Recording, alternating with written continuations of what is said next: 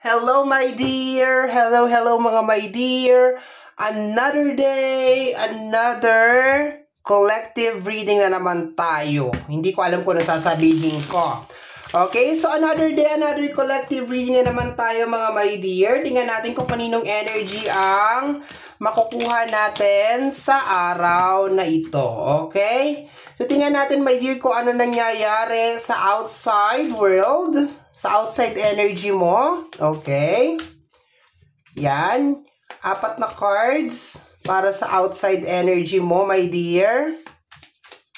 Ayan, tingnan natin. Tingnan naman natin, my dear, kung anong nangyayari sa energy mo. Ayan. Tingnan natin kung ano nangyayari sa energy mo.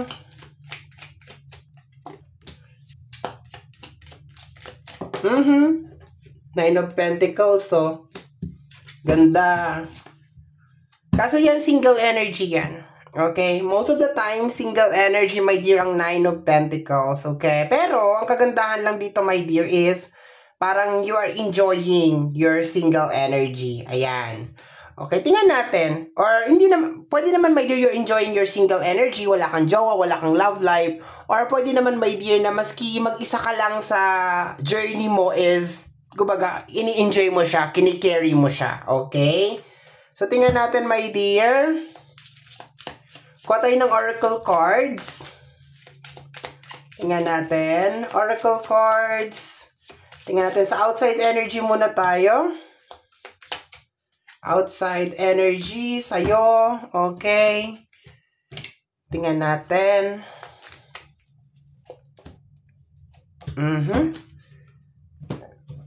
Na-shuffle ko naman na to lahat kanina. So, hindi na kailangan talaga ng madugong balasa.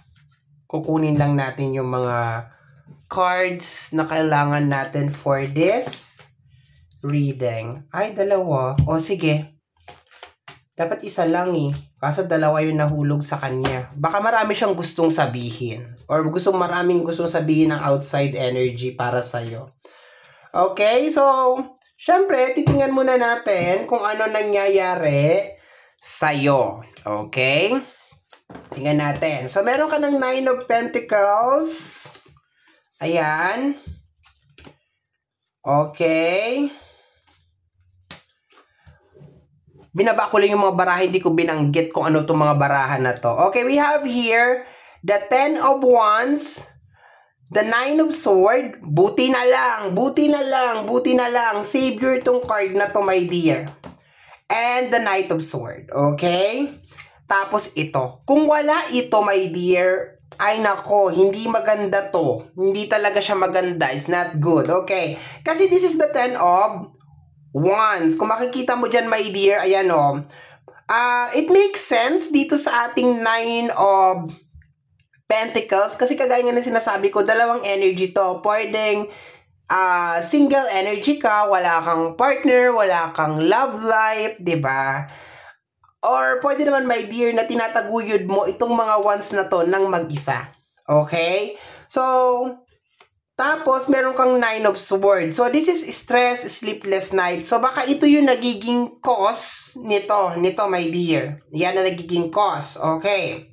Kaso, nagkaroon dito ng Knight, okay? Nagkaroon ng Knight of Sword, okay? So, sa paglabas ng Knight of Sword, nakukuha ko dyan na, finally, my dear, parang nagbubunga na yung mga paghihirap mo. Okay? Finally, parang nagbubunga na yung mga paghihirap mo, yung mga journey o yung mga struggle na mag-isa ka lang. Talagang nagkakaroon na siya, my dear, ng fruit or ng bunga, my dear, yung mga paghihirap mo. Maski mag-isa ka lang, okay? Maski walang sumuporta sa'yo, maski walang naniwala sa'yo. Tiniis mo, my dear. Maraming gabi na malungkot ka. Ayan, maraming gabi na malungkot ka. Maraming araw, my dear, na halos hirap na hirap ka. Pero dahil naging focus ka, naging agresibo ka, my dear, na masolusyonan, my dear, itong mga pinagdadaanan mo. Ayan, meron kang 9 of Pentacles. Buti na lang nahulog yan 9 of Pentacles na yan. Okay? Oracle card, we have here the energy of education. Okay? You learn your lesson. Okay, yun ang nakukuha ko dito. Posible din yung iba sa inyo ay mag-aaral or nag-aral kaya nagkaganito or something na may kinalaman sa education. Okay, pero pakiramdam ko, you learn your lesson, my dear, from your experience, okay? Pero hindi ko kino-close na baka yung iba sa inyo ay continuous nyong ini-enhance yung inyong knowledge, okay? Yung inyong mga kaisipan, okay? We have here energy that I don't react when people mention you, okay? So, posible, my dear, na baka merong mga issue from the past or baka merong mga tao na nakagawa sa'yo ng hindi maganda and you are already moving on or naka-move on ka na, my dear, sa kanya or sa kanila. Energy ng trap, okay. Victim, okay. Yan, I think, my dear, parang ikaw ang biktima dito, my dear. Pero, wag na natin masyadong wag na natin masyadong i-emphasize yun, my dear. Kasi, I think naman you learn your lesson, diba? Sabi pa nga nila, walang magpapaloko kung walang manloloko. Or, ano ba yun? Basta, may ganun nakasabihan eh. Walang maloloko kung walang magpapaloko. Parang ganun na energy. Kasi dito sa baba, may nakalagay na victim. Maliit nga, na super small lang talaga yung kanyang words sa baba. So, nakukuha ko dito, my dear, yung energy ng trap dito is, ikaw yun. Ikaw, na-trap ka, my dear, because of na-victim ka or parang may nangyari sa'yo, kaya nalagay ka dyan, okay? Do you even care? Okay? So, I think dito parang nakita mo na, my dear, na meron mga tao na talagang gagamitin ka lang for their personal needs or personal intention. Yun ang nakukuha ko dito, my dear. May mga tao na parang ipapahamak ka nang hindi nila iniisip kung ano yung mangyayari sa'yo. Pero congratulations, my dear, kasi na-overcome mo yon, and I think charge to experience, my dear, kung ano man yung nangyari sa'yo, okay? It's a part of your journey, it's a part of your experience. Yun ang nakukuha ko dito, my dear. Congratulations, napakaganda nung energy mo, na-overcome mo na, my dear, or nagbubunga na yung mga paghihirap mo, yung mga overthinking mo, yung mga stress mo, yung mag-isa mong paglalakbay sa madilim na daan, my dear, is dahan-dahan na siyang nagbubunga, and napakaganda nung energy niya, my dear, napakaganda. To the point, my dear, na meron ka ditong energy ng education. Kung nag-aaral ka ngayon, napakaganda din yan, my dear. To the point na hindi ka na nagre-react sa mga tao na minsan naglagay sa'yo dito sa trap na energy, di ba? Dito sa mga tao na hindi nagki-care sa'yo, okay? I think naka-move on ka na dito sa side na to eh. You're already moving on, and I think isa din yun, my dear, sa nagiging dahilan kung bakit nagiging magaan yung flow ng buhay mo as of this moment, okay? So, punta tayo sa outside world. Tingnan natin kung ano nangyayari sa outside world. Medyo makikichismis tayo. Ano nangyayari sa outside world? We have here the energy of the Fool card, okay? Meron daw nag-start. The Two of Swords. We have here the energy of Judgment and the King of Swords, okay? So, merong pinipili na gumawa ng tama. Okay? Titingnan natin, ha? We have here the energy of message to pass on. Okay? I am becoming a better person. Okay? Pagsisisi ang nakukuha ko dito, tama. Energy ng evidence, okay? And I think we should see other people, okay? I want to start a family with you. Okay, so, ang nakukuha ko dito, my dear, is merong tao na merong energy na nag-start siya all over again. Yun na nakukuha ko dito. Ano dito? Message to pass on. Okay?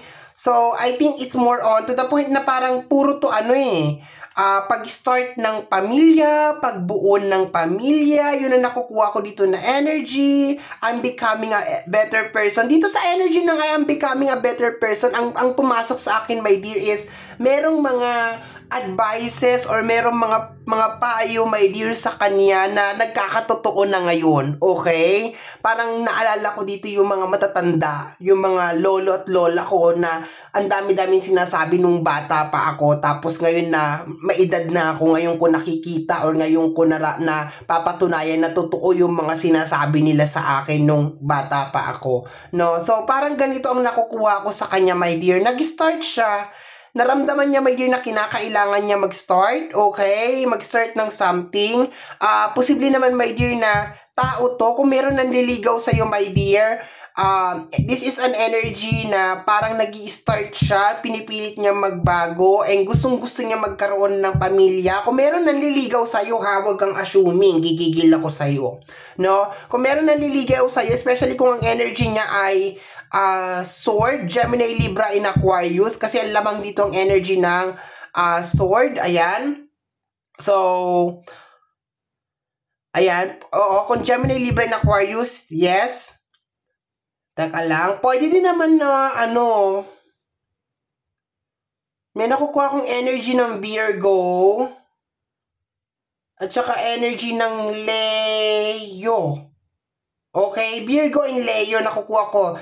Gemini, Libra, and Aquarius, Virgo, and Leo. Kung nanliligaw sa'yo yon, sinusubukan niyang baguhin yung kanyang sarili. Okay, pero kung labas na energy doon, may nakukuha pa ko isang energy, my dear, na kung meron ka mga sinasabi sa kanya or mga pinapayo sa kanya, nagkakatotoo na yung mga sinasabi mo sa kanya. Okay? Kaya mas pinipili, ang nakukuha ko dito more on health.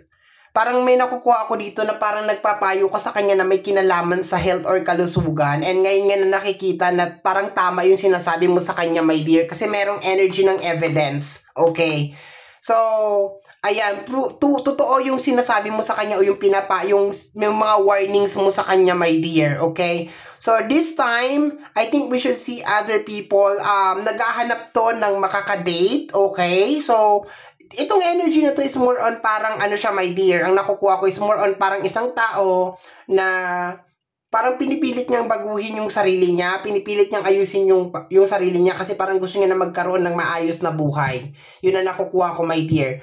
Once again, kung nanliligaw sa iyo to, energy ng Gemini, Libra, in Aquarius, Virgo, and Leo, pinipilit niya, my dear, na magbago para sa'yo. Ngayon, kung ang tinutukoy naman dito, my dear, is itong tao na I don't react when people mention you, I think, my dear, nagkakatotoo na yung mga sinabi mo sa kanya. Yung mga, basta yung mga, meron ka mga pinayo sa kanya, may kinalaman sa kalusugan, more on health ang nakukuha ko, pakiramdam ko, itong tao na to is meron siyang sakit as of this moment or parang meron siyang iniinda. And, pangalan nito, pinipilit niyang maging maayos siya. Pinipilit niya maging mabuti. Nagta-transform siya. Okay? Yun ang nakukuha ko dito, my dear. Okay? So, my dear, yan ang... congratulations pala para sa'yo, my dear. Napakaganda ng iyong card. Okay? So, my dear, yan ang ating collective reading. Somehow, my dear, kung nagustuhan mo to, especially kung napadaan ka lang, don't forget to subscribe. Pakiclick, my dear, ang notification bell para ma-update ka sa aking mga upload. And free to like, free to share, free to comment sa lahat ng ating mga videos. Once again, my name is RJ, also known as Apo J. Maraming salamat po, and until next time, bye-bye. Thank you, my dear.